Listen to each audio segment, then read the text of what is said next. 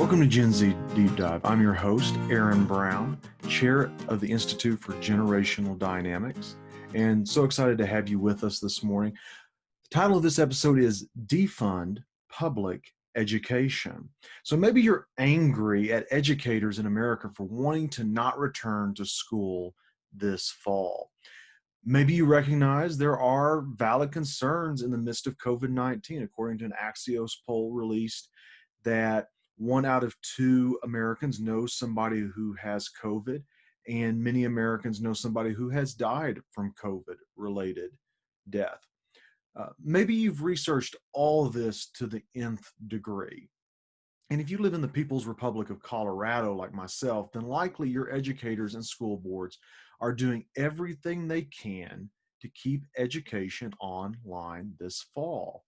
Now, if you're me, you can see it from a teacher's perspective. I'm an academic. I do teach in our public schools here in Colorado, and I can see the perspective.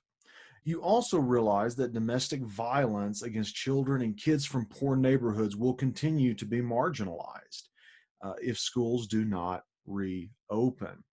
It's not like people aren't taking this seriously in the face of COVID-19, which the government and everyone just needs to admit that we really know absolutely nothing about this virus.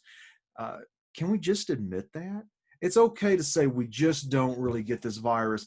Here's what, if you do these things, here's how we think you can protect yourself, but we don't know. And I think many Americans would be much happier with that admonition than the flip-floppery we have had since the beginning of the COVID crisis. But let me get off my COVID soapbox.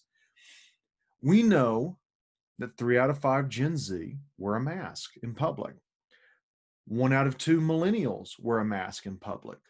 So it's not just educators who take COVID seriously, so do Gen Z.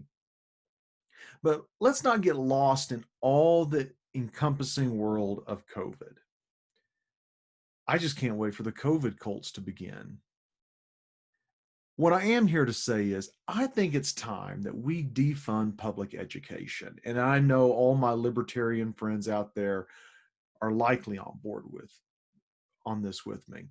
So in my home state of Colorado, we pay approximately, according to the Colorado Education Facts and Figures, a little over $8,000 per student is spent. But much of this seems to get swept up in things other than teachers' salaries. It could be administrative and overhead costs. We don't have an exact breakdown, I don't think, but we do know that it's about $8,000 that actually makes it to the student. And much of this, I'm sure, makes it into things like legal for schools, HR departments, buildings and grounds, employees for buildings and grounds, all fine things that also detract from teachers being paid more. Now, as I said, I've substitute taught in classes that are usually about 30 students. In my county, teachers earn approximately $50,000 per year teaching. That was definitely more than I thought when I began to review where education money is spent. But you're probably still thinking about the reality of 30 students in a classroom. And if you're doing the math in your head while you're listening, you realize that's $240,000 per classroom. And the teacher makes $50,000. At this point, we should all be like, what? What? In my best Southern accent.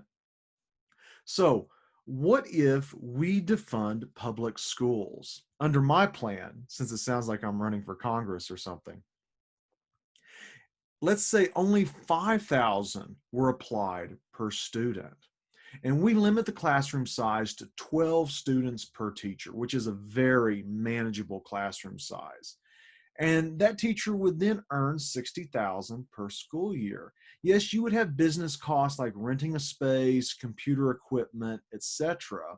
So we'll raise it $500 per student, or we can even just make it an even 6K per year extra so rents and equipment can be calculated. The great thing is these items could be written off essentially as a type of cost of goods sold. Um, so that would work again, essentially under my plan, a teacher becomes a business owner and they own their own business, and that business is education. So all in all, that means that the teacher is earning uh, somewhere between 66 to 72,000 per year, without factoring in the costs of rental space, equipment, things like that. So, and a classroom of 12 gets more attention than a classroom of 30. Well, what about marginalized students in low income communities? I'm glad you asked that question. Thank you, listeners, for asking that question. So, low income schools already receive more funding than well performing schools. So there would be another financial incentive of maybe 500 per year, and that would kick us up to about 72,000 per year. Uh, if I had this option, I would open up a classroom in a low income area and work with kids in need. I think tons of educators would want to do that. Uh, and you know, educators want to mold minds. They want to change the world, and what better way to change the world than to go into a marginalized community and change lives there? I would do it in a heartbeat. I am confident there are tons of educators who would do that in a heartbeat. We also get to have competition among teachers. If you as a parent don't like your teacher, fire your teacher. You want a teacher that will cover your religious values or non-religious values, humanist in the classroom, you get that teacher. Uh, and kids who have been left behind finally get the attention they deserve. With this, what we get to do is leave behind philosophical indoctrination of government bureaucrats. And I'm referring to Elizabeth Warren a few years ago, who wanted to end homeschooling so children would be socialized in public school systems. But now we get to leave that behind, and we get to get these philosophies of party affiliations out of our classroom.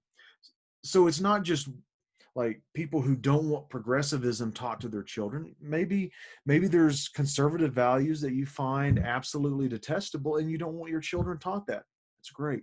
Find that teacher. Find that teacher that will do this.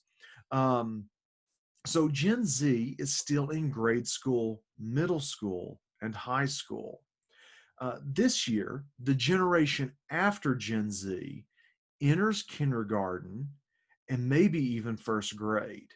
And they're entering this potentially completely online. We have seen very little information on how kindergarten is going to work in the face of COVID and returning to school this fall. So, what is this generation after Gen Z? Well, we want you to hear it first here on Gen Z Deep Dive. You may have heard many people call it the Alpha generation. And sadly, the Alpha generation, that title just smacks of a lack of imagination. And it's not really representative of who this generation will be or what this generation will be. And we're going to be releasing some fun stuff in the next few weeks about this upcoming generation.